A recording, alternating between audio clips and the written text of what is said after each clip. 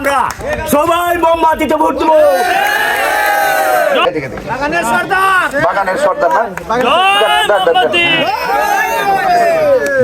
ওনার মুখ থেকে যদি ওনাদের সমস্যাটা শুনি, ঘরের মধ্যে কি আছে ঘরের মালিক ভালো জানে, ঠিক না? এই এলাকার কষ্ট আরো কি কি আছে আমরা আরো জানতে চাই। আমরা চিরদিনের জন্য, সব সময়ের জন্য সব সমস্যার সমাধান করতে চাই।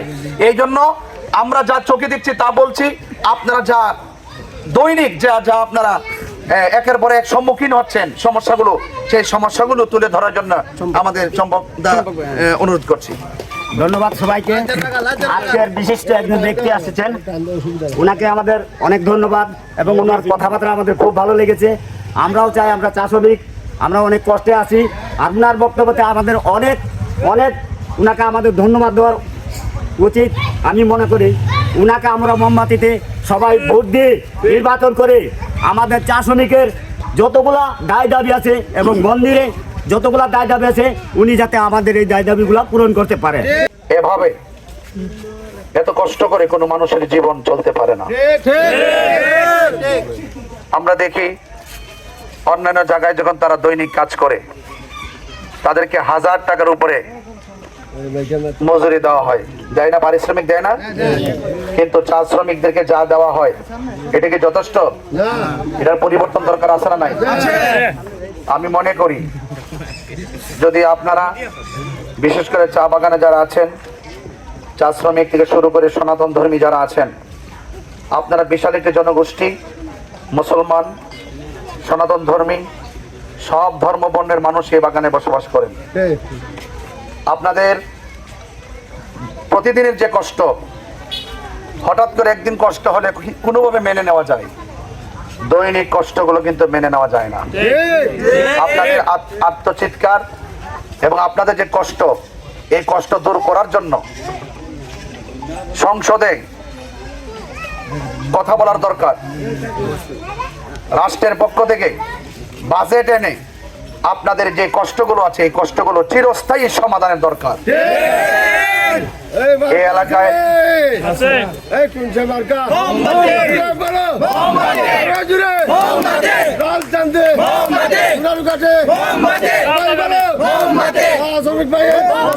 আপনারা দেখেন, আজকে আমি অনেক দূর পর্যন্ত হেঁটেছি যেখানে কোনো বড় ধরনের গাড়ি প্রবেশ করে না, অথচ এই জায়গা থেকে মাত্র 4 কিলোমিটার হবে শাহজি বাজার, ঠিক না? প্রায় 4 থেকে 4.5 কিলো।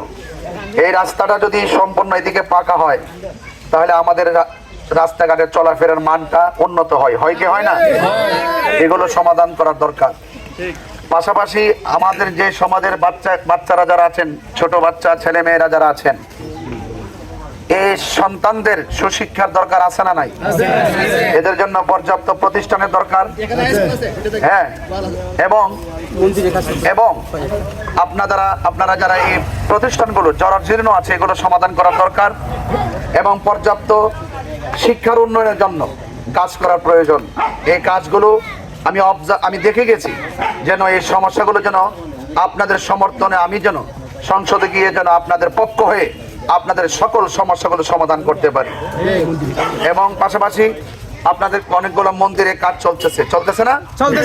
অনেকগুলো মন্দিরে কাজ চলতেছে। আমি বিশ্বাস করি মুসলমান মসজিদে যাবে, হিন্দু মন্দিরে যাবে, বৌদ্ধ পেগোডায় যাবে, খ্রিস্টান গির্জায় যাবে, ঠিক কিনা বলেন?